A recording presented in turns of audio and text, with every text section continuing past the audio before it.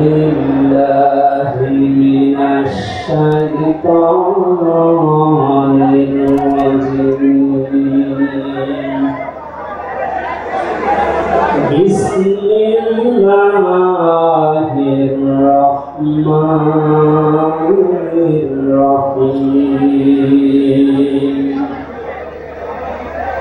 لقد كان لكم في رسول الله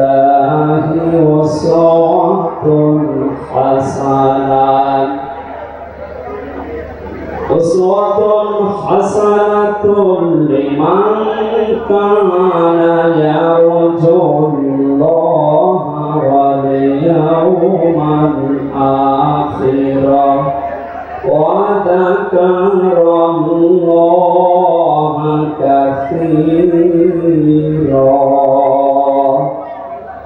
صدقت يا ربنا. عن أبي هريرة رضي الله تعالى عنه قال قال النبي صلى الله عليه وسلم من مات ولم يغزو ولم يحدث به نفسه مات على شعبة من النفاق رواه مسلم. وقال تعالى في شأن حبيبي إن الله وملائكته يصلون على النبي يا أيها الذين آمنوا صلوا عليه وسلموا تسليما اللهم صل على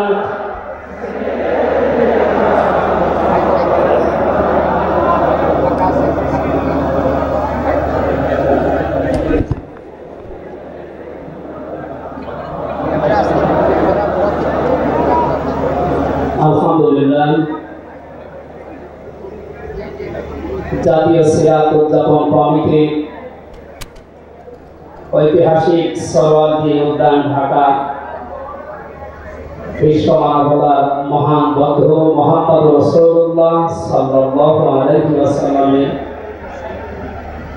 জীবন চরিত্র সম্পর্কে আলোচনায় পবিত্র অনুষ্ঠানের সম্মানিত সভাপতি বিশিষ্ট আলেমে দ্বীন জনাব মাওলানা আবু তাহের জিহাদি দামাত বারকাতুহুল আলিয়া, মাহফিলের প্রধান অতিথি আনবরুল্লাহ শাহী জামে মসজিদের সম্মানিত খতিব আওলাদে রাসূল আল্লামা আনোয়ার হোসাইন তাহের আল জাবের আল মাদানী মাদ্দাজিল্লাহুল আলিয়া, সম্মানিত অতিথিবৃন্দ, মঞ্চে বসা জাতীয় নেতৃবৃন্দ, সামনে বসা মুসলমান ভাইরা, পর্দার আড়ালের সম্মানিতা মা এবং বোনেরা, প্রশাসনের ভাইরা, প্রান্তীয় ঢাকাবাসী, সবাইকে নিয়ে মহান রব্বুল ইজ্জাত ও জালালের দরবারে শুকরিয়া জানাচ্ছি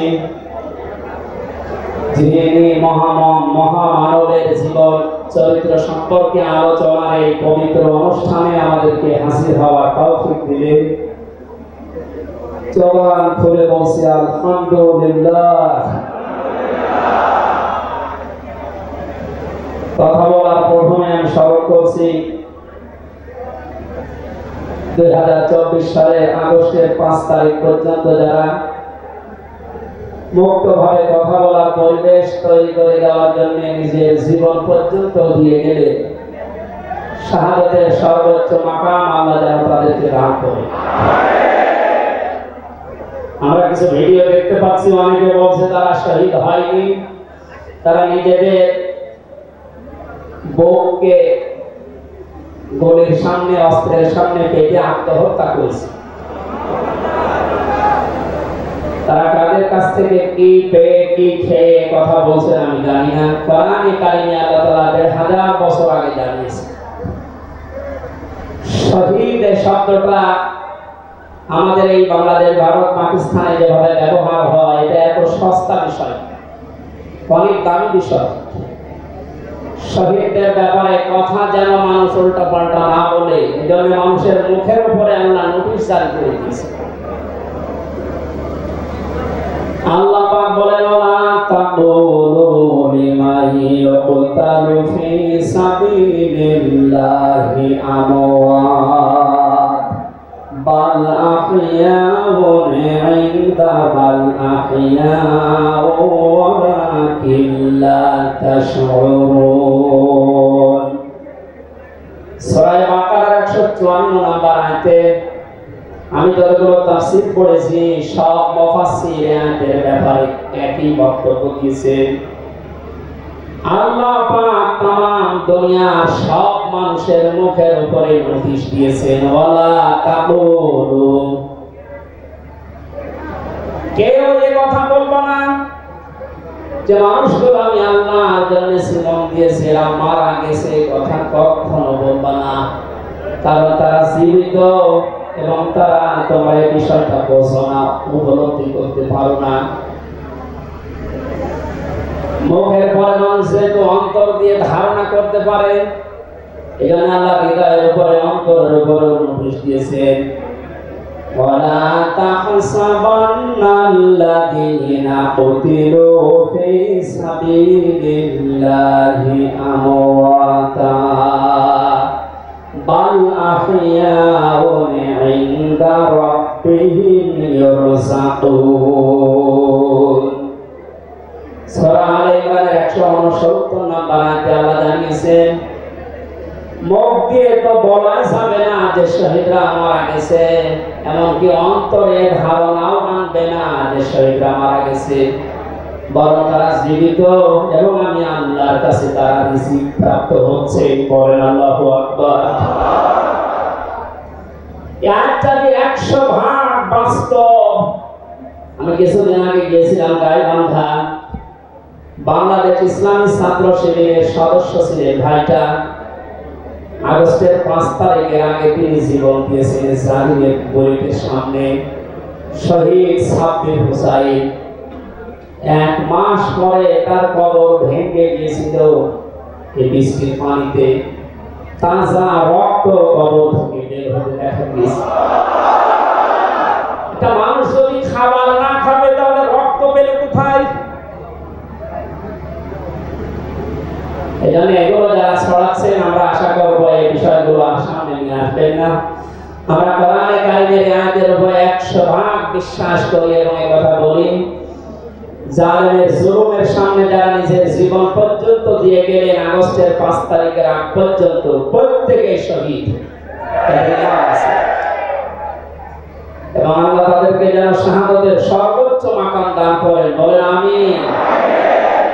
কোথায় ছিলাম আমরা, কোথায় আছি এখনো বাস্তবতাতে পান না। কিছুদিন আগে বাংলাদেশ জামাত ইসলামী কেন্দ্রীয় আমির জামাত ডাক্তার শফিকুর রহমান কুষ্টিয়াতে গিয়েছিলেন। প্রায় 5000 মানুষকে নিয়ে তিনি একটা অনুষ্ঠান করলেন, যারা 16 জন শহীদ হয়েছিল কুষ্টিয়ায়। বাংলাদেশ জামাত ইসলামের পক্ষ থেকে 2 লক্ষ করে টাকা তাদের পরিবারের হাতে তিনি তুলে দিলেন। প্রায় 2.5-3 ঘন্টায় অনুষ্ঠানগুলো আমরা দেখলাম। বলতো আগস্টের 5 তারিখের আগে 5000 না, এরকম মানুষ যদি 5 জন এক জায়গায় হতো 14টা মামলা হইত। কোথায় ছিলাম আমরা, কোথায় এখন পৌঁছেছি, এরপরও যদি এটাকে কেউ নিয়ামত মনে না করে। গতকালকের একটা জরিপ আমি পেয়েছি, বাংলাদেশে 100 জনের 14 জন এখনো পর্যন্ত, আপনি ঘাবড়াবেন না, আমরা নরম হয়ে যাই এই দলে আছে। 100 জনের কতজন? 100 জনের 28 জন এখনো পর্যন্ত থালা নেওয়ার জন্য খুব তাড়াতাড়ি করছে। আমি নাম নিলাম। আমাদের বিষয় 100 জনের 58 জন মানুষ এখন চাচ্ছে দেশে আল্লাহর বিধান দিয়ে জমিটা চলুক। আগস্টের 5 তারিখ খুব বেশি দিন যায়নি। এই কয়েকদিনের ব্যবধানে যদি এই অবস্থা সৃষ্টি হয়, এই জন্য আমার মনে হচ্ছে দেশের অনেক মুনাফিকেরা বুঝে ফেলেছে বিষয়টা, এজন্য খুব তাড়াতাড়ি করছে যে থালা আমাদের হাতে দিন।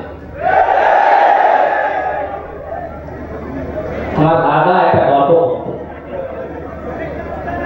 বিবাহ করার পরে বাসর রাতে বউকে রেখে একটু বাইরে গেছেন। দাদি শাশুড়ি এসে বলছে, আমার কিন্তু পতি চাই, তুমি কি করবা আমি জানি না। নতুন বউ ডাক দিয়ে বলছে, দাদি শাশুড়ি আমার একটু সময় দেন, আপনার পতি হবে, অসুবিধা। শাশুড়ি এসে বলছে, বৌমা আমার কিন্তু নাতি চাই। ঠিক আছে, আমাকে সময় দেবেন। দেওয়ার ননদ এসে বলছে, ভাবি আপনি কি করবেন আমরা জানি না, আমাদের কিন্তু ভাতিজা চাই। কিছুক্ষণ পরে স্বামী এসে বলছে, বউ তুমি কি করবা আমরা জানি না, আমার বেবি চাই। বউ মাথা উঁচু করে বলছে, তোমরা কি সব পাগলের বংশ? আমার এখনো কিছুই হয়নি, এরপরে 10 মাস 10 দিন সময় লাগবে, তারপরে কারো বেবি চাই, কারো ভাতিজা চাই, কারো নাতি চাই, সব হবে। তাহলে তো সময় দেবেন নাকি?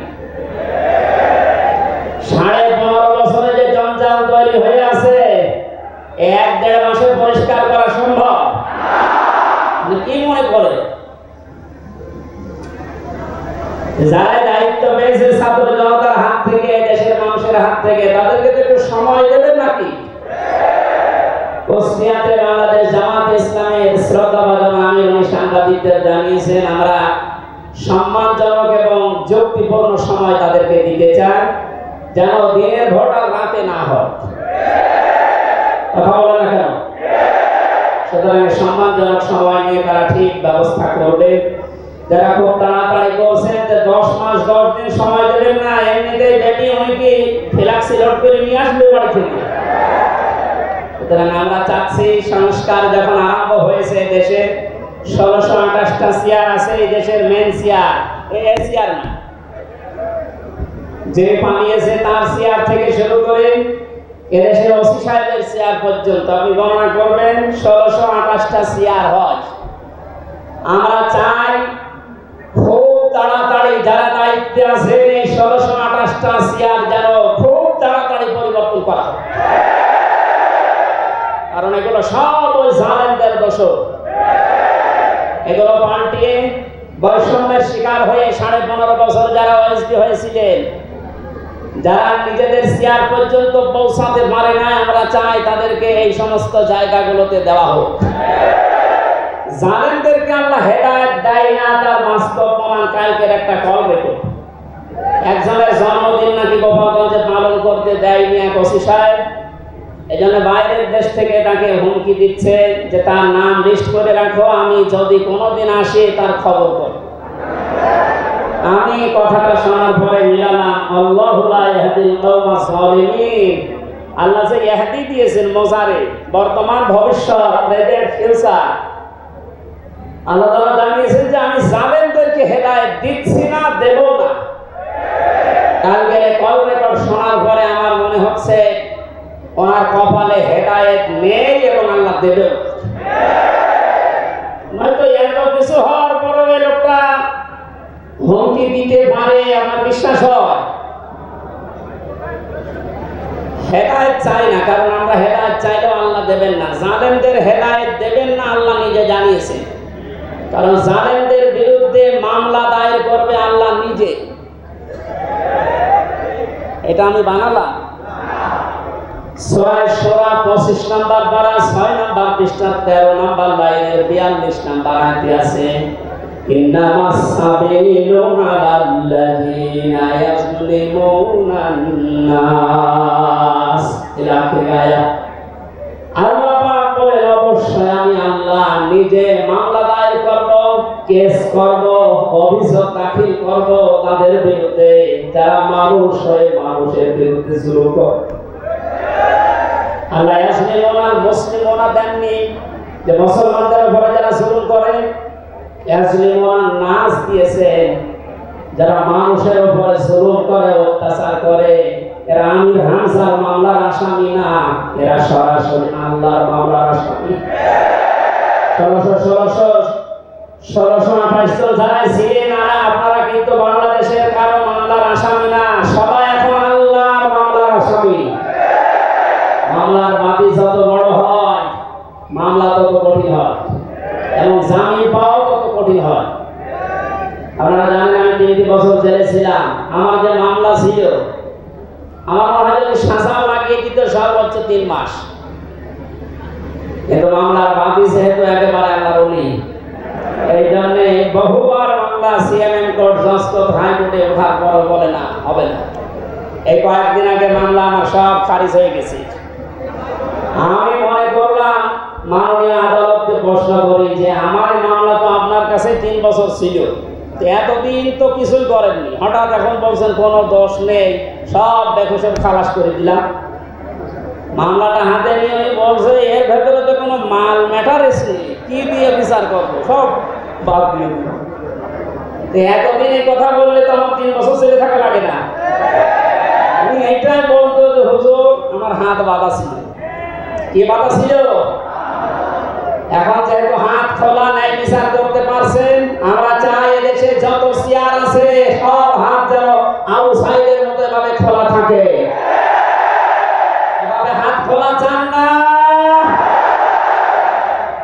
কিয়ামতের আগে কোনো জালেম এদেশে চেয়ারে আর আসতে পারবে না ইনশাআল্লাহ। সতর্ক থাকা লাগবে আমাদের। এজন্য যারা তাড়াহুড়া করছেন আপনারা একটু শান্ত হন, আগে 10 মাস 10 দিন সময় দেন, বাসর হোক।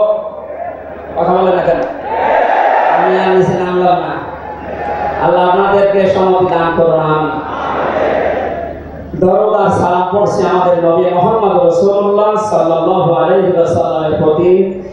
আজকে সেই বিকাল 3টা থেকে শুরু করে রাত 9টা পর্যন্ত এদেশের পবিত্র দশ আলেমদের মুখে, ইসলামিক চিন্তাবিদদের মুখে এবং জাতীয় নেতৃবৃন্দের মুখে আপনারা নবীর সিরাত সম্পর্কে বিভিন্ন কথা শুনতেছেন, আমি লাইভ দেখছিলাম।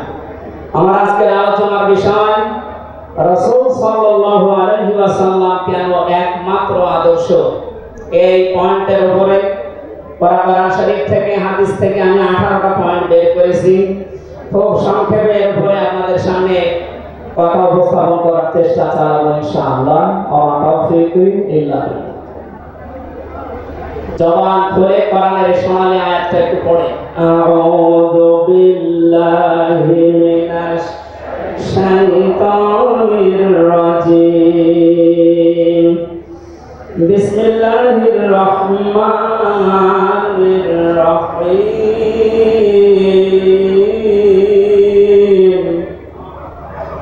লাকাদ কানা লাকুম ফি রাসূলিল্লাহি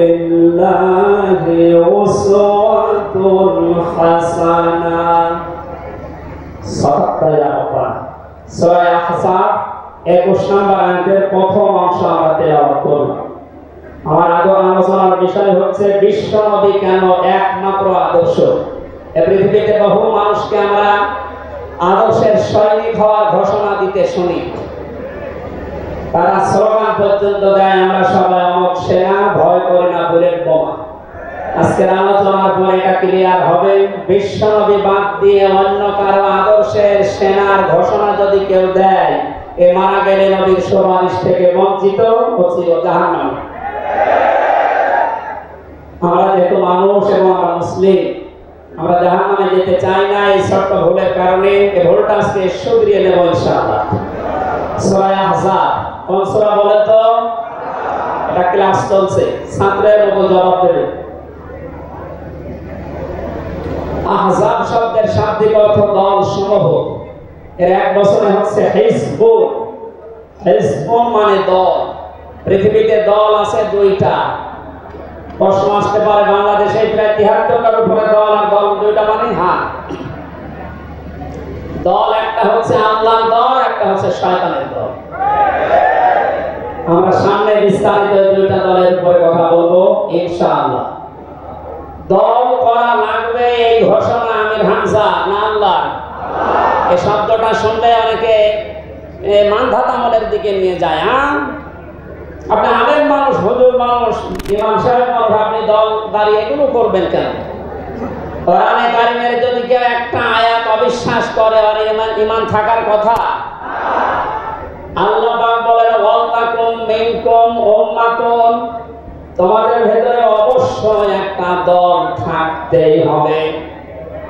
দল এই শব্দটা কোরআনে আছে না নেই?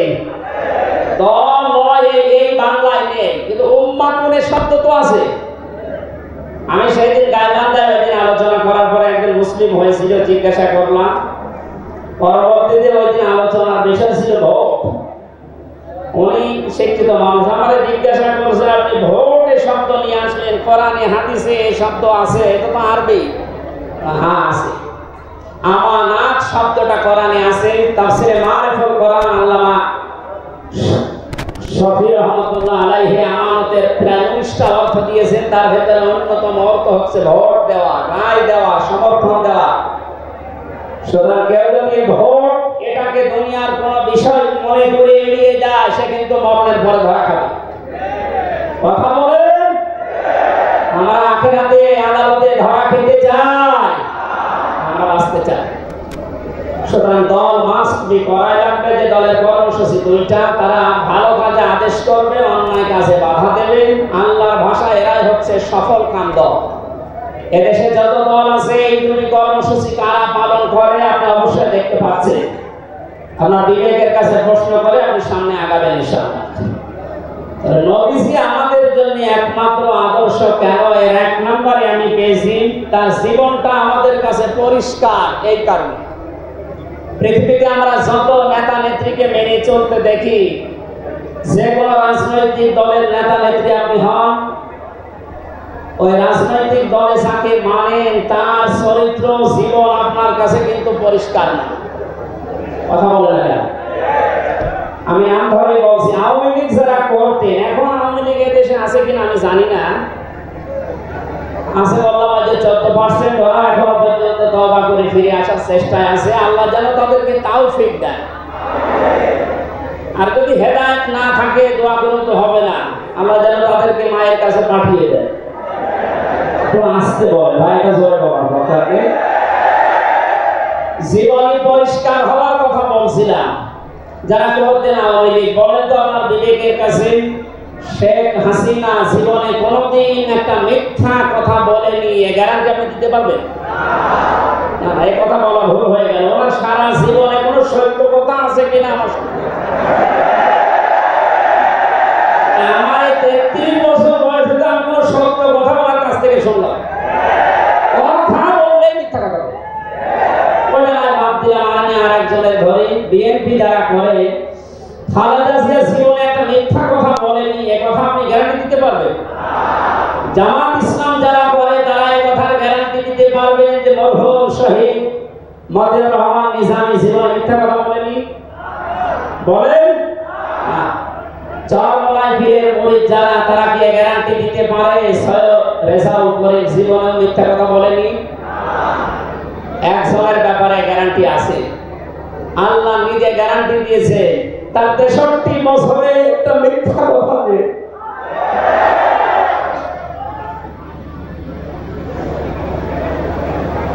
এইখানে বিশ্ব নামে আমাদের একমাত্র আদর্শ হওয়ার কারণ এই যে জীবনে 63 বছরে একটাও মিথ্যা কথা বলেননি। জোরে বলেন আল্লাহু আকবার। এটা কত বড় বিষয়, আপনি চিন্তা করলে আপনি চিন্তার রেখা শেষ করতে পারবেন না। আমাদের দিনের ভেতরে 24 ঘন্টায় কত মিথ্যা আসে, আর তার পুরো 63 বছরের জীবনে একটা মিথ্যা কথা তিনি বলেননি। 2 নম্বরে পেয়েছি আমি, তিনি উন্নত চরিত্রের অধিকারী ছিলেন। এমন চরিত্র আল্লাহ তাকে দিয়েছিলেন। আমি 3 জন নবীর নাম পেয়েছি, আল্লাহর নামের সাথে তাদের নাম আল্লাহ মিলিয়ে দিয়েছেন। হযরত ইসমাঈল আলাইহিস সালামকে আল্লাহ ডাক দিয়েছিলেন গোলামিন খলিল, আমার সহনশীল বান্দা। হযরত ইসহাক নবীকে আল্লাহ বলেছিলেন গোলামিন আলীম, আমার জ্ঞানী বান্দা। আর মুহাম্মদ রাসূলুল্লাহকে আল্লাহ ডাক দিয়েছেন ওয়া ইন্নাকা লাআলা খুলুকিন আযীম। জোরে বলেন আল্লাহু আকবার। বৃষ্টি হচ্ছে না ভাই? এখানে ওঠাউঠি করেন কেন? বসেন বসেন।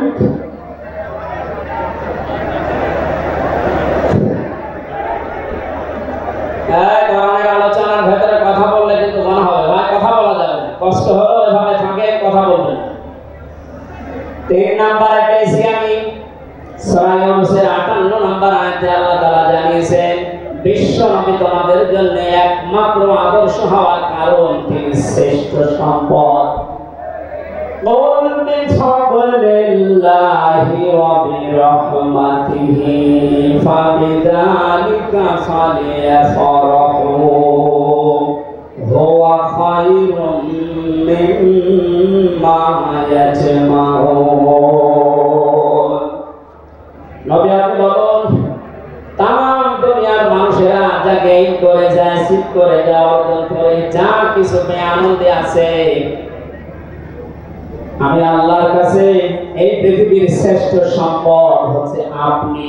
জয় বলেন আল্লাহু আকবার। সুতরাং আপনার আদর্শ পেয়েছে যারা, সে মানুষগুলো যেন আনন্দে থাকে, তারা যেন খুশি হয়। এই জন্য আগস্টের 5 তারিখের আগ পর্যন্ত এদেশের 100 জনের মাত্র 15 জন মানুষ বিশ্ব নবীকে একমাত্র আদর্শ মানতেন। তারা খুশি ছিলেন, রাজি ছিলেন। মাত্র 1 মাস কয়েক দিনের ব্যবধানে এই যে 100 জনের এখন 58 জন মানুষ বিশ্ব নবী ছাড়া আর কাউকে বুঝতে চাচ্ছে না।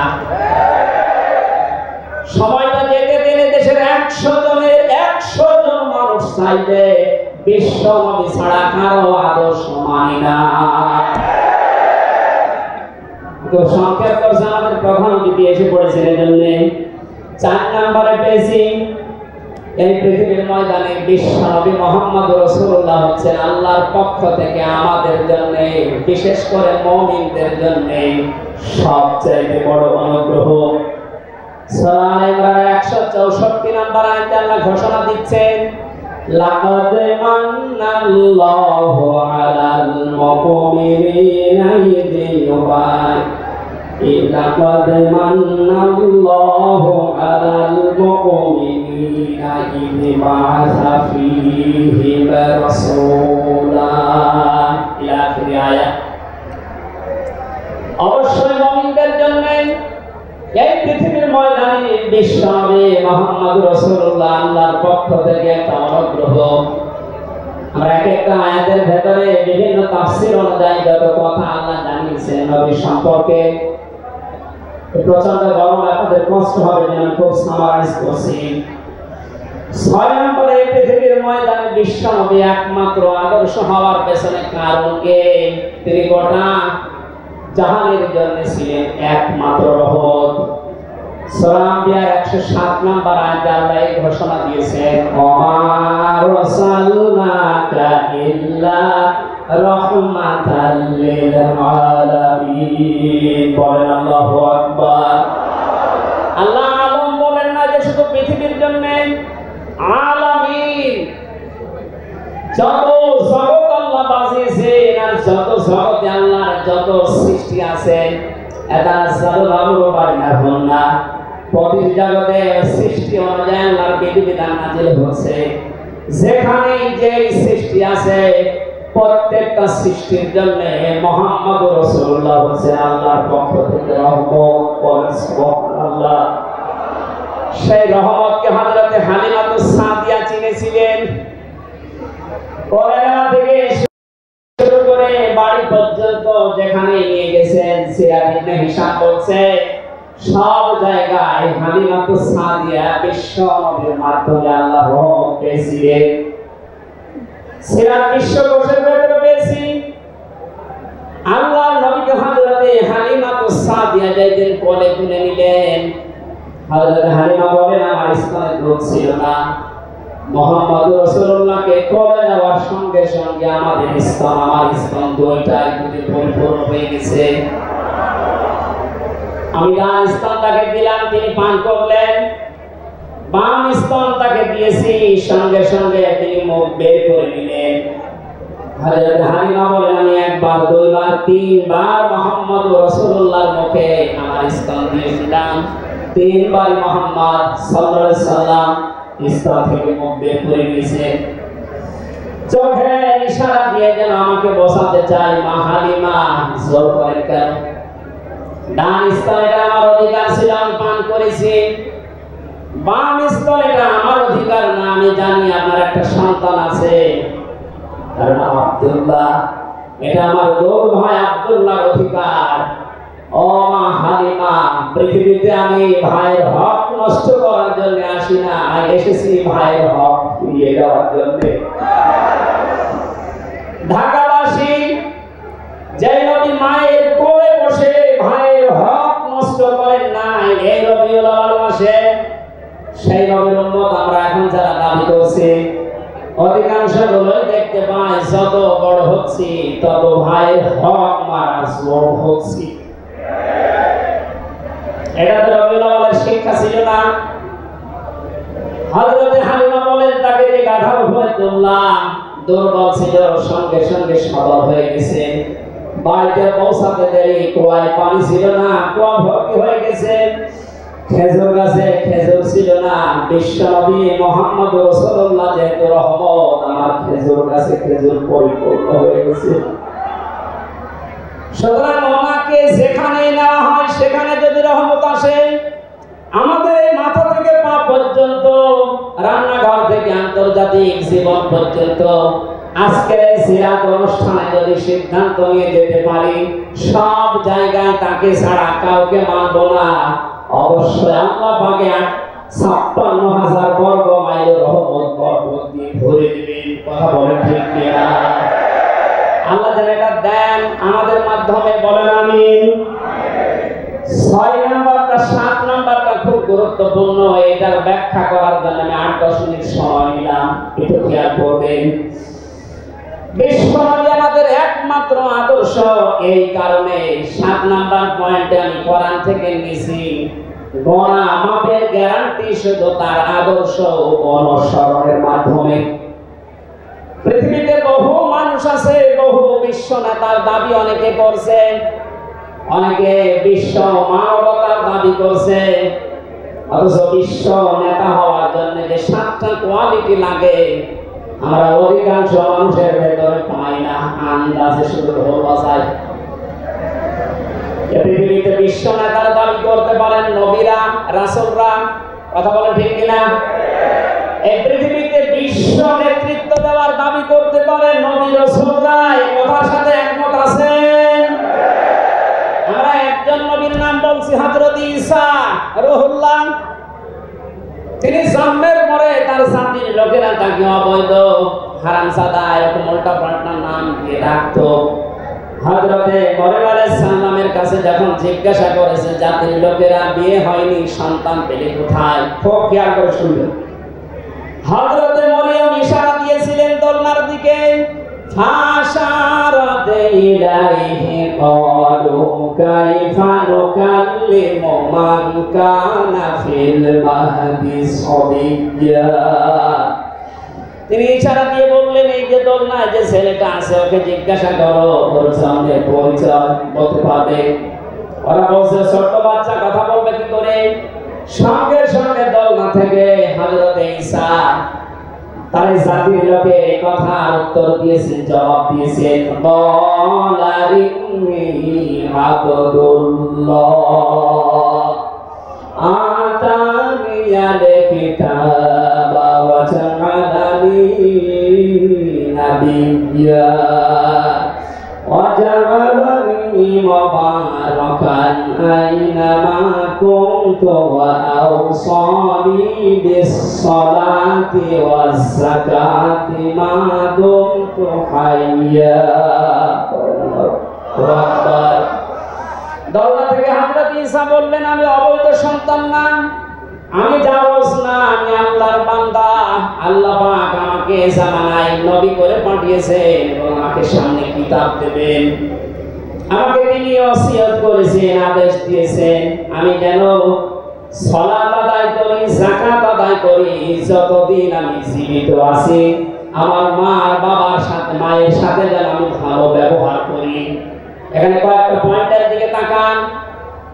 হযরতে ঈসা তিনি যে পরিচয় দিতে গিয়ে প্রথমে বললেন, আমি আব্দুল্লাহ, আল্লাহর বান্দা। আল্লাহ আমাকে জামানার নবী করে পাঠিয়েছেন এবং কিতাব সামনে আমাকে দেবেন।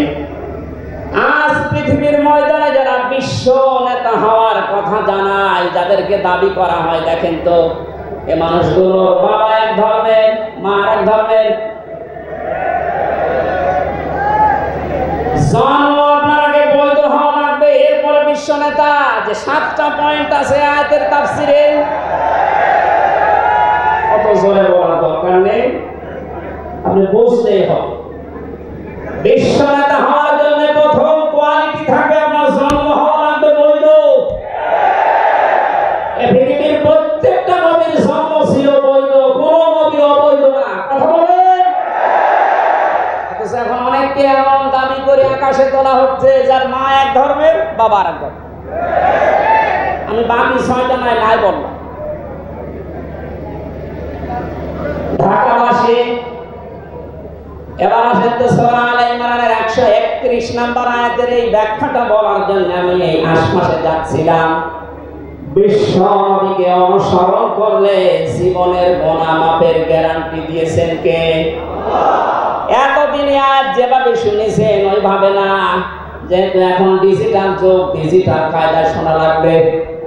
قُلْ إِن كُنتُمْ تُحِبُّونَ اللَّهَ فَاتَّبِعُونِي يُحْبِبْكُمُ اللَّهُ وَيَغْفِرْ لَكُمْ ذُنُوبَكُمْ وَاللَّهُ غَفُورٌ رَّحِيمٌ। এটা তাফসীরে ফি জিলালিল কোরআনে সাইয়্যিদ কুতুব বিস্তারিত দিয়েছেন। আমি শুধু ইঙ্গিত দিচ্ছি, একটু তাকান। আল্লাহ পাক বলেন, নবী আপনি বলুন, যদি আল্লাহকে ভালোবাসি এ দাবি তোমাদের থাকে, এ দাবি আমাদের আছে না নেই? আল্লাহকে আমরা ভালোবাসি এ দাবি আছে না নেই? আল্লাহ বলেন দাবি যারা করে তাদেরকে আপনি বলেন যে ফাত্তাবিউনি, তারা যেন আমার অনুসরণ করে। আল্লাহ পাক বলেন তারা যদি আপনার অনুসরণ করে ইউহিব্বুকুমুল্লাহ, আমি আল্লাহ নিজেই তাদেরকে ভালোবাসা আরম্ভ করব। আমি যদি কাউকে ভালোবাসি তার জীবনের অপরাধগুলো মাফ করে দেই, আমি গফুর, আমি রহিম। এ পর্যন্ত বাংলা অর্থ ছিল। এবার আসেন ব্যাখ্যা। এদিকে আছেন আপনারা, এদিকে আছে ফাত্তাবিউনি, আমার অনুসরণ করো, আমাকে দেখে দেখে চলো। এখন এই অনুসরণ করা লাগবে কি নবীজির জীবনের আংশিক না পূর্ণাঙ্গ? আরো জোরে বলেন, আংশিক না পূর্ণাঙ্গ? আব্দুল্লাহ ইবনে উবাইয়ের দিকে তাকান, এই লোকটা অনুসরণ করেছিল কিন্তু আংশিক। এখানে মুনাফিকের সরদার হয়ে মারা গেছে। কথা বলেন ঠিক কিনা? তার নামাজ ছিল রাসূলের মতো, রোজা ছিল রাসূলের মতো, নবীজির পেছনে হজ করেছে, নবীজির সাথে বিশ্বনবীর সাথে ইফতারি করেছে, কিন্তু বিশ্বনবী এই পৃথিবীর নেতা এটা সে মানত না। আজ বাংলা সহ বিশ্বের বহু মুসলমান এই থিওরিতে আছে, তারা নামাজ রাসূলের মতো পড়ে, রোজা রাসূলের মতো রাখে, কিন্তু সমাজ নবীজি, রাষ্ট্র নবীজি 10 বছর কোরআন দিয়ে চালিয়েছিলেন, এইটা মানতে তারা রাজি না। এই মানুষগুলোর অনুসরণ হচ্ছে আংশিক না পূর্ণাঙ্গ? সুতরাং আংশিক অনুসরণ করলে আল্লাহ কি আপনাকে ভালোবাসা আরম্ভ করবে না? ইউহিব এটা মোসারে, বর্তমান ভবিষ্যৎ, প্রেজেন্ট ফিউচার। যখন আপনি পূর্ণাঙ্গ অনুসরণ করার জন্য দাড়ি থেকে মাথা থেকে শুরু করে পা পর্যন্ত, রান্নাঘর থেকে শুরু করে আন্তর্জাতিক জীবন পর্যন্ত সব জায়গায় বিশ্ব নবীকে অনুসরণের সিদ্ধান্ত নিয়ে নেমে পড়বেন, আল্লাহ তখন ভালোবাসা আরম্ভ করবেন। এই দেশে এখনো যারা পূর্ণাঙ্গ অনুসরণ আরম্ভ করেননি, তো নিজের দিকে তাকিয়ে ভাবেন তো। আপনি 14 বার হজ করতে পারেন, 24 বছর রোজা রাখতে পারেন, প্রতিদিন 72 রাকাত নামাজ পড়তে পারেন নফল, কিন্তু এখনো পর্যন্ত আল্লাহর ভালোবাসা আপনি পাওয়া শুরু করেন না। এ কথা বুঝে এসেছে? সুতরাং আমাদের অনুসরণ হবে কি আংশিক না পূর্ণাঙ্গ? আরো যারা বলেন, নবীদের মতো নামাজ পড়া যেমন, বিশ্ব নবীর মতো রাষ্ট্র চালাতেও হবে ওইরকম। নবী জানিয়েছেন, মান মাতা ওয়ালাম ইয়াফজু ওয়ালাম ইউহাদ্দিস বিহি নাফসাহু মাতা আলা শাওবাতিন মিনান নিফাক। যে লোকটা মরে গেল কিন্তু তার এই চিন্তা ভাবনা ছিল না যে জমিন আল্লাহর কোরআন দিয়ে চলুক, এই লোকটা মুনাফিক হয়ে মরবে, কেউ তাকে বাঁচাতে পারবে না। অথচ এই হাদিসটা সামনে নিয়ে বাংলাদেশে আমরা এখনো অনেককে নামাজ পড়া, রোজা রাখা, দাড়ি রাখা, যোগ বাড়ায় দেওয়া মানুষকে মুনাফিক হয়ে মরার সম্ভাবনা দেখতে পাচ্ছি। কথা বলে ঠিক কিনা?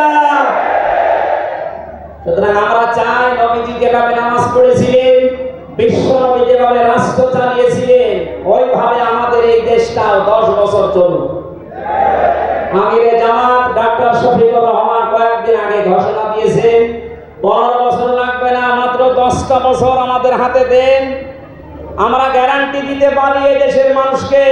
9টা পয়েন্ট ওখানে উনি দিয়েছেন, সবগুলো বাস্তবায়ন করে 16 কোটি মানুষকে দেখাবো। এটাকে আজ অনেকে রাজনীতি মনে করে উল্টাপাল্টা দিকে নিয়ে যাচ্ছেন।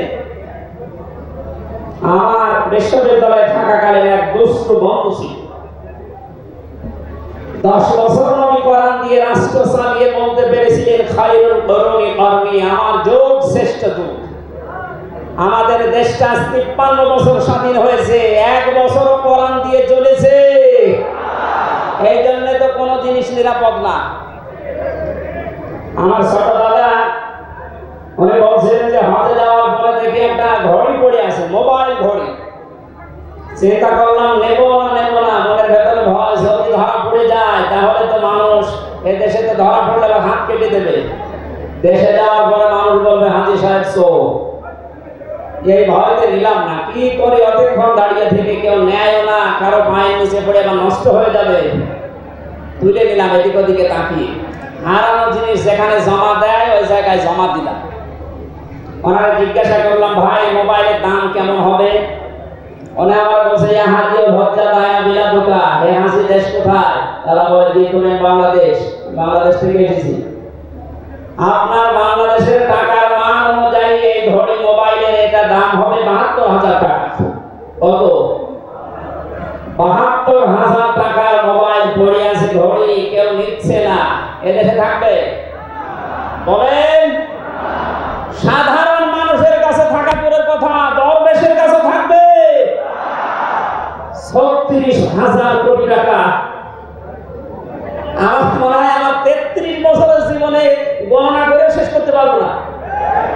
পদ্মা সেতু আরেকটা বানিয়ে এখনো 4,000 কোটি টাকা আসতে থেকে যেত। কথা বলেন। দরবেশ যদি এই করে, যেগুলো ধরবেশ ওগুলোর চরিত্র কি বলে? এই বন্ধুটা আমার বলছিল, আমি কুষ্টিয়া থেকে যাচ্ছিলাম ঢাকাতে, একটা নর্মাল পৌঁছেছিল, হঠাৎ আমার পেটে গন্ডগোল। সিরাজগঞ্জ রোড পার হওয়ার পর ড্রাইভারকে বললাম যে ভাই একটু দাঁড়ান, আমি নেমে যাবো, আমার পেটে গন্ডগোল। ড্রাইভার বলছে গাড়ি থামবে না, একেবারে জায়গা মতো থামবে। আপনার যদি বেশি অসুবিধা হয় তো পেছনে সিট খালি আছে, বসে বসে আল্লাহ করে। ও বলছে আমার পেটে গন্ডগোল, একে আল্লাহ থামে। পেছনে যে দেখি কয়েকটা সিট খালি পড়ে আছে, হয়তো পলিথিন দেয় বমি করার জন্য, একটা নিলাম। 2 সিটের মাঝে বসে ওই কাজ কর। চিন্তা করলাম এটা যদি রেখে চলে যায় তাহলে তো বদনাম হয়ে যাবে। পকেট থেকে একটা সাদা রুমাল ছিল, ওটা বের করলাম, টাইট করে বাঁধলাম। পেছনে সালানা খুলে ফেলে দেব, আল্লাহর ইশারা পেছনে আসছিল মোটরসাইকেল। পড়বে কি পড়বে একেবারে মোটরসাইকেলের সামনে। অবশ্য জানলা দিয়ে তাকিয়ে আছি, দেখলাম মোটরসাইকেল ওলা এদিকে ওদিকে তাকিয়ে ও মনে করছে নতুন রুমালে থপ করে পড়লো কি। এই রুমাল যখন নতুন, ভেতরের জিনিসও মনে হয় নতুনই হবে। ও বলে তুলে নিল, ও বাড়ি যে টের পাবে যে কোন নতুন জিনিস। এখানে বলছে হামজা আমাদের দেশে পায়খানা পর্যন্ত নিরাপদে নেই, এর বাস্তব প্রমাণ আমারটা। অথচ আমিরে জামাত গ্যারান্টি দিয়েছেন চুরি থাকবে না, শুধু পায়খানা না, 36,000 কোটি না, 36 পয়সাও চুরি হবে না। 10 বছরের জন্য ছেড়ে দেন দেশটা। আপনারা আমার সাথে একমত কিনা? টাকা ওনাদের হাতে দিতে চান দেখি।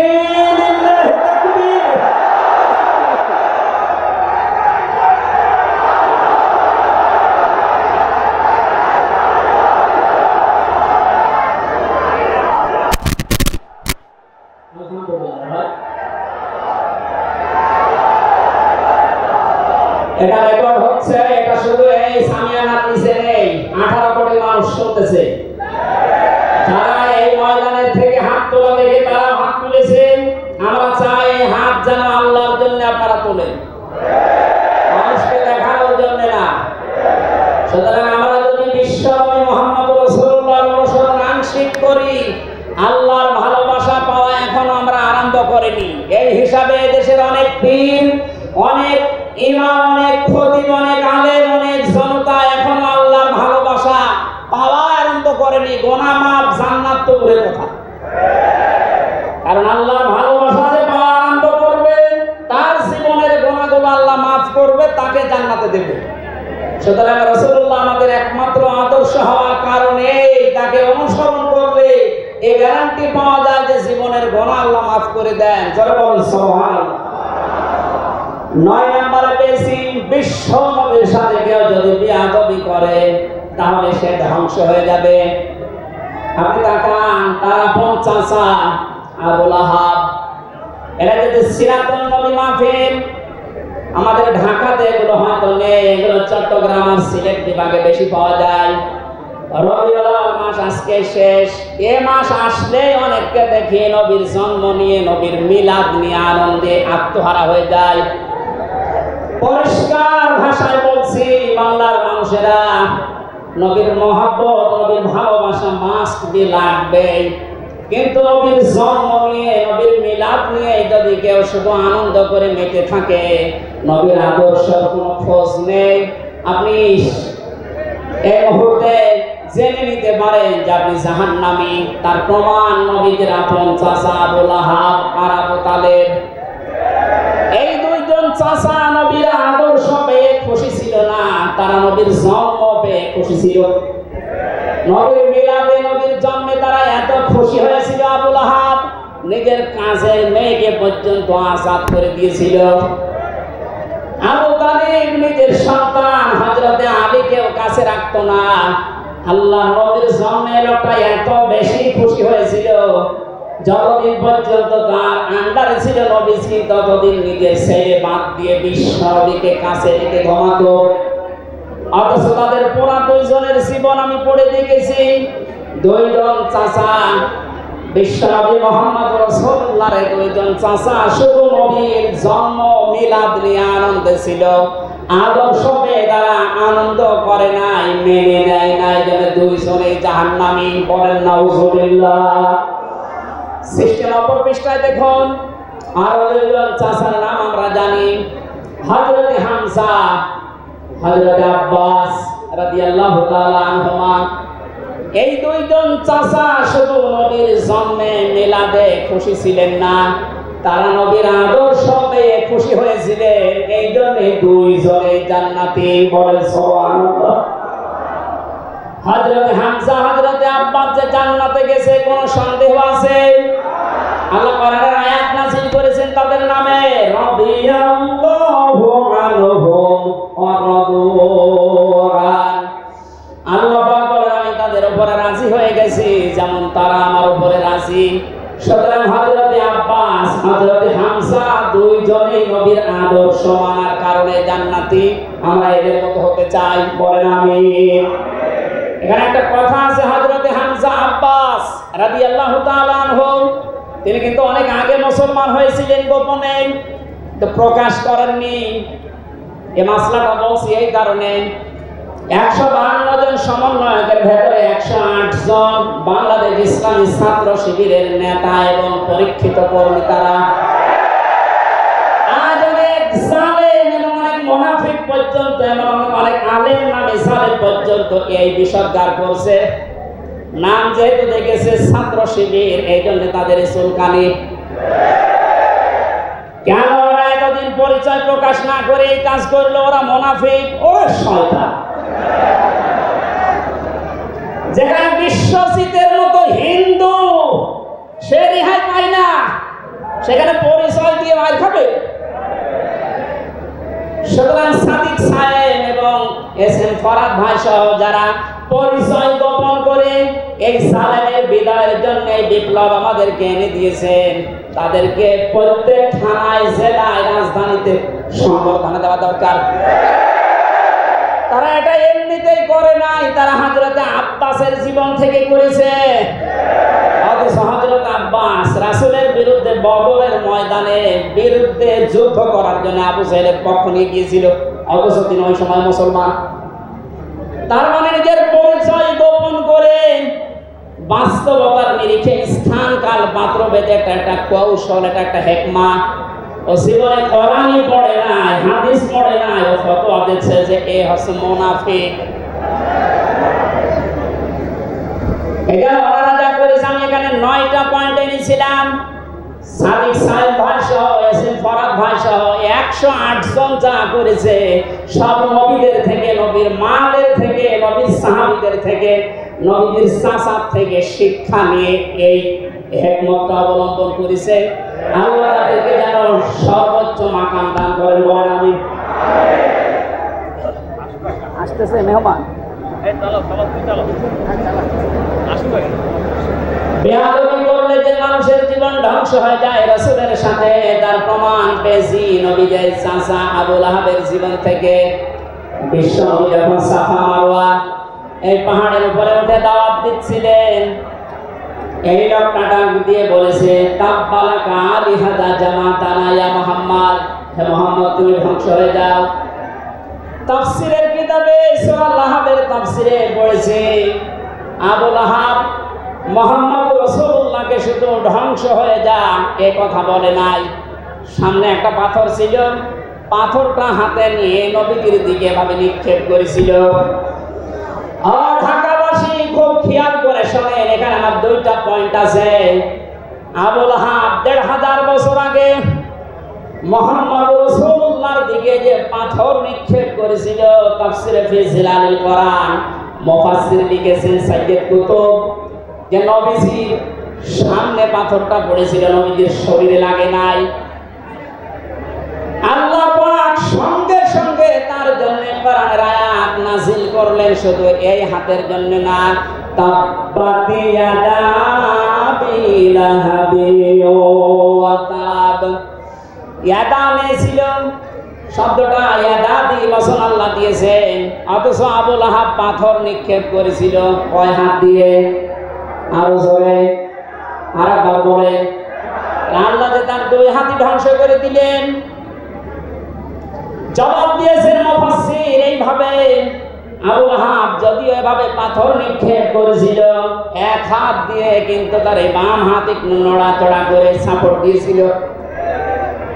আপনি যদি এখান থেকে একটা কোনো কিছু নিক্ষেপ করেন এভাবে, এই হাত দিয়ে শুধু কাজ হবে না, এই হাত নড়াচড়া করে সাপোর্ট দেবেন। আল্লাহ এইটাও সহ্য করেন নাই। নবীজির বিরুদ্ধে যারা অবস্থান নিয়েছে, যে যতটুকু তার সাথে যারা সাহায্যে ছিল, সহযোগিতা ছিল, আল্লাহ তাদেরকেও ধ্বংস করে দিয়েছেন। এই 15.5 বছরে আল্লাহ নবীর আদর্শকে, তার শিক্ষাকে, শিক্ষা ব্যবস্থা থেকে ডাইরেক্ট ডান হাতের মতো, অনেকে বাম হাতের মতো পেছন দরজা দিয়ে নাড়াচাড়া করে উল্টিয়ে ফেলেছিলেন। কথা বলেন না কেন?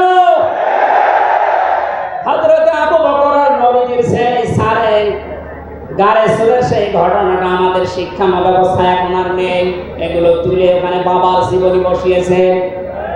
সুতরাং নবীজিকে যারা আঘাত দিয়ে শিক্ষা ব্যবস্থা থেকে 96% মুসলমানের এই দেশে নবীর আদর্শ বাদ দিয়ে অন্য কাউকে যারা বসাতে চেয়েছিলেন, যারা ডাইরেক্ট এগুলো করেছিলেন, যেগুলো মন্ত্রণালয়ের দায়িত্ব ছিল, বাম হাত দিয়ে যারা পেছন দরজা দিয়ে নাড়াচাড়া দিয়েছেন, উপদেষ্টা মণ্ডলের ভেতরে 2 জন আছে, তারা সমকামিতা প্রমোট করছেন, আমরা শুনতে পাচ্ছি।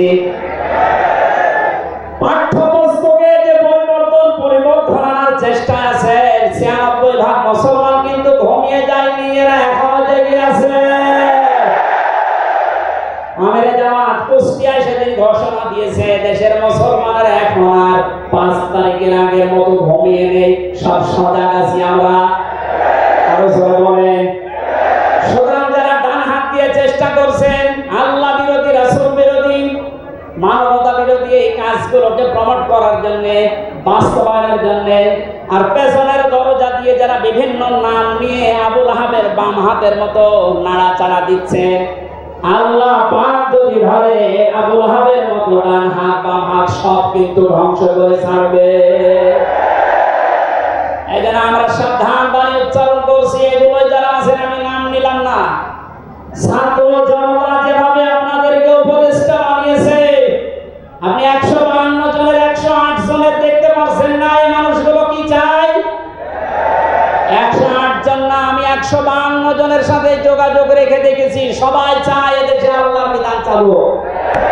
এই রবিউল আউয়াল মাসে রাসূলের চরিত্র যেভাবে শরীয়তটা যেন বাস্তবে দেখতে পায় সেটা চালু হোক। 53 বছর তো দেখলেন, বাবা চালিয়েছিল, দুর্ভিক্ষে বেরিয়েছে অনেকে, আমি দেখি না, আমার তো 33 বছর, এ মুরব্বীরা দেখেছি। স্বামী চালিয়েছিল অনেকের চাচা চালিয়েছে 9 বছর, ভাবি চালিয়েছে, এমনকি বউ চালিয়েছে, এটা তো দেখলাম। এখন শুধুমাত্র কোরআন দিয়ে চললে, নবীর আদর্শ দিয়ে চললে দেশটা কেমন দেখা যায় এটা দেখতে বাকি আছে।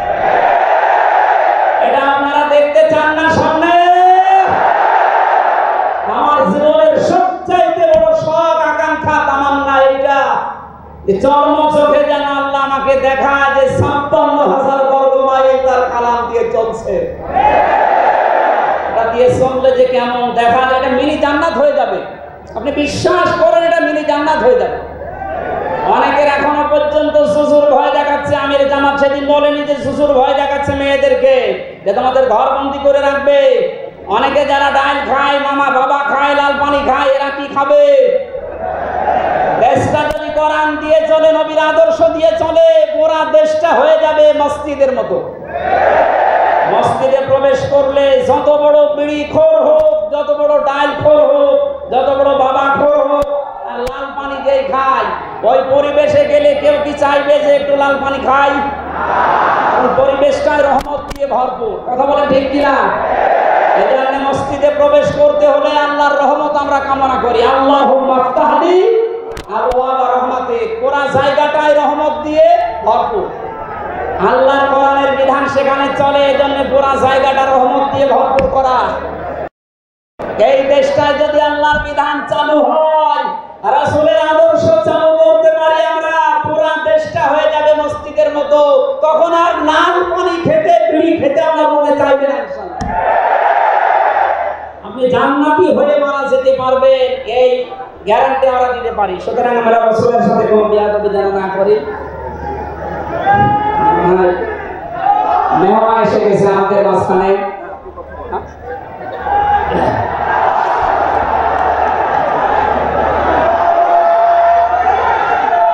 লিল্লাহি তাকবীর, আওলাদে রাসূলের আগমন,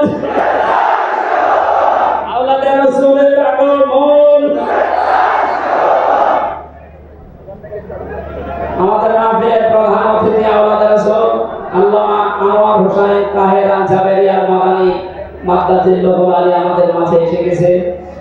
আমরা যে প্রচন্ড গরমে আপনারা কষ্ট পাচ্ছেন এবং যেহেতু এসে গেছে, এখন আর কথা বলা মনে ঠিক হবে না।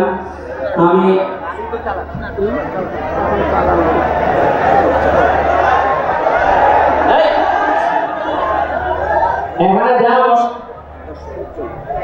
এখানে যা বসা আছে সব আমার উস্তাদের উস্তাদ। এই জন্য আমি কথা বলতে চাই, পয়েন্টগুলো শেষ করছি। 10 নম্বর পেয়েছি, তিনি শরীয়ত প্রণেতা, হ্যাঁ বললে হালাল, না বললে হারাম, সুতরাং তার সম্মান অনেক বেশি। 11 নম্বর তিনি ছিলেন দাঈ ইলাল্লাহ, তিনি ডাকতেন শুধুমাত্র আল্লাহর দিকে। কার দিকে? আমি একটা পয়েন্ট এখানে বলি, খুব খেয়াল করে শুনবেন। সূরা হামিম সেজদার 33 নম্বর আয়াতটা এতদিন যেভাবে শুনেছেন ওইভাবে না, একটু ভালো করে খেয়াল করে শুনেন। আল্লাহ পাক বলেন, আহসানু কাওলাম মিম্মান দাআ ইলাল্লাহি ওয়া আমিলা সালিহান ওয়া ক্বালা ইন্নানি মিনাল মুসলিমিন। ওই লোকটার কথার চাইতে আর উত্তম কথা কে বলে দুনিয়ায়? যে লোকটা আল্লাহর দিকে মানুষকে ডাকে, নিজে ভালো ভালো কাজের আঞ্জাম দেয়, আর নিজে পরিচয় বের করে যে আমি একজন মুসলমান। আমি কি বাংলার মুসলমানের? আপনি আয়াতের দিকে 3টা বিষয় খেয়াল করেন। এদেশে কম বেশি আমরা 96 ভাগ যেহেতু মুসলমান, এই জন্য আল্লাহর দিকে আমরা ডাকি, এটা মেনে নিলাম। 2 নম্বর, ভালো ভালো কাজের আঞ্জাম আমরা নিজের জায়গা থেকে হলেও কম বেশি দিতে পারছি বা দেই।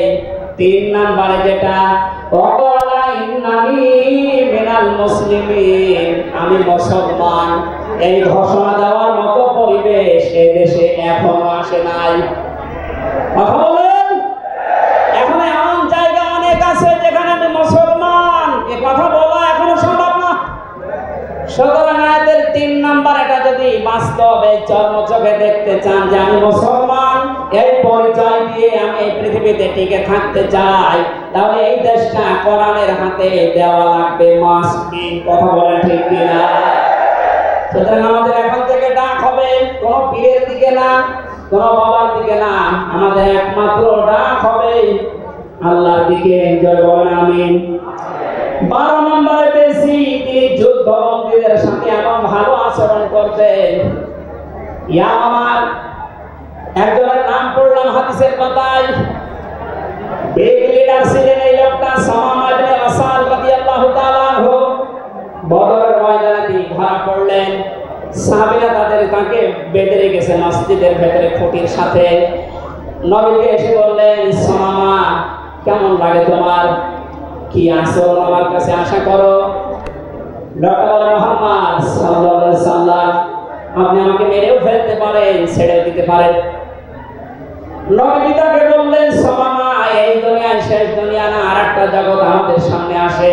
ইসলামের বিশাল কিছু তার সামনে তুলে ধরলেন। বাড়িতে যাওয়ার পরে নিজের হাতে রান্না করে খাবার পাঠালেন তার জন্য। দ্বিতীয় দিন আবার তাকে দাওয়াত দিলেন ইসলামের। বিশ্বনবী নিজে উঠের দুধ এক সাহাবীকে দিয়ে দহন করিয়ে গরম করে পাঠালেন। মনে হচ্ছে তিনি জামায় আদর করছেন, অথচ সে লোকটা যুদ্ধবন্দী। একটা যুদ্ধবন্দী মানুষের সাথে বিশ্ব নবীর যে আচরণ, এ পৃথিবী অবাক হয়ে গেছে। অথচ 15.5 বছরে যুদ্ধবন্দী না, কারাবন্দী, তাও অন্যায় ভাবে। আরে ভাই, আমার তো 3 বছর পরে যেহেতু মামলা খালাস করে দিয়েছে, আদালত কর্তৃক প্রমাণ হয়েছে যে আমি নির্দোষ, আমার কোনো দোষ নেই, তারা আমার মামলার আইন থেকে শুরু করে একেবারে ওই উপর পর্যন্ত যিনি পালিয়েছেন, এ পর্যন্ত যারা জড়িত ছিল, আমি চাই তাদের প্রত্যেকে যেন 3 বছর জেলে থাকে। এটা ন্যায় বিচার হবে। কেন আমার জন্য 3 বছর, ব্যারিস্টার আরমানের জন্য 8 বছর, 11 বছর, কত বছর? আপনি যে চট করে ঢুকে পড়বেন, আগে 11 বছর থাকেন, এরপরে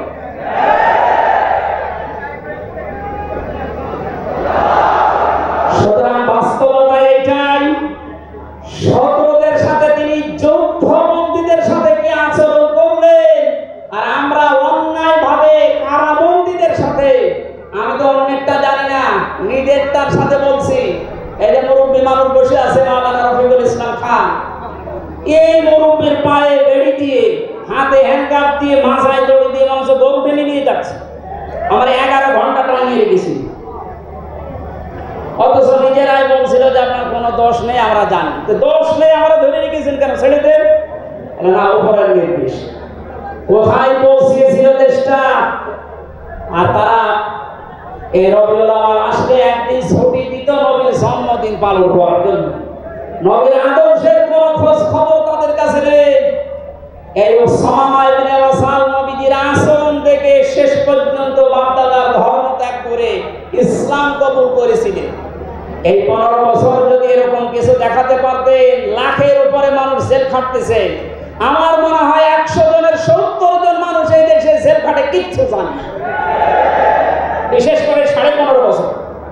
এই মানুষগুলো আপনার দলে অন্তত না আসলে আপনার জন্য দোয়া করতো। এরপরে আমি পেয়েছি বিশ্বনবীকে একমাত্র আদর্শ হওয়ার কারণ তিনি শত্রুদের সাথে আচরণ দেখিয়েছিলেন। পৃথিবীতে ইতিহাস হয়ে আছে, তাই তিনি দোয়া করেছিলেন, আল্লাহুম্মা হাদি কওমি ফাইন্নাহুম লা ইয়ালামুন। 14 নম্বরে পেয়েছি তিনি নবী এবং রাসূলদের নেতা ছিলেন। 15 নম্বর ছিল তার পক্ষ ছিল উন্মুক্ত। 16 নম্বরে পেয়েছি তিনি ছিলেন লাইট বা আলো। 17 নম্বরে তিনি ছিলেন স্নেহময়, মমতাময়। 18 নম্বরে তিনি ছিলেন প্রবল হৃদয়ের অধিকারী। এক একটা শব্দের ভেতরে লক্ষ লক্ষ রাসূলের জীবনে 1 ঘন্টা 1.5 ঘন্টায় না, কিয়ামত পর্যন্ত যদি কেউ আলোচনা করে, আমি 31টা বিষয় সাজিয়েছি এক একটা পাঠ অনুযায়ী। সুতরাং এরকম যদি শুরু হয় যে 31 দিন একাধারে লাগার কথা আমার এই ক্ষুদ্র জ্ঞানে, যারা আরো বড় বড় আলেম এখানে বসে আছে, কিয়ামত পর্যন্ত আলোচনা শুনবেন করবেন আমাদের নবী আসিম খুলুকিন আসিম, কোনদিন শেষ হবে না ইনশাআল্লাহ। সুতরাং নবীজি আমাদের একমাত্র আদর্শ, এটা ফাইনাল, তাকে ছাড়া আমরা কাউকে মানি না। ওরা আহ্বান জানাচ্ছি তাকে আদর্শ গ্রহণ করার জন্য। আমি বারাকাল্লাহু লানা ওয়া লাকুম ফিল কোরআনিল আযীম। এখন আমাদের সামনে